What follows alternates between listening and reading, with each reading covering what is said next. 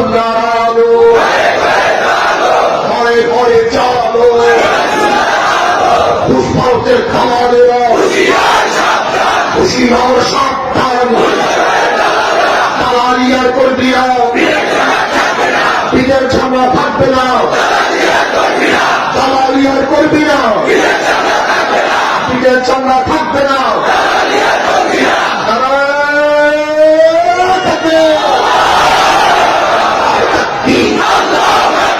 আমরা সবাই নদীর সেনা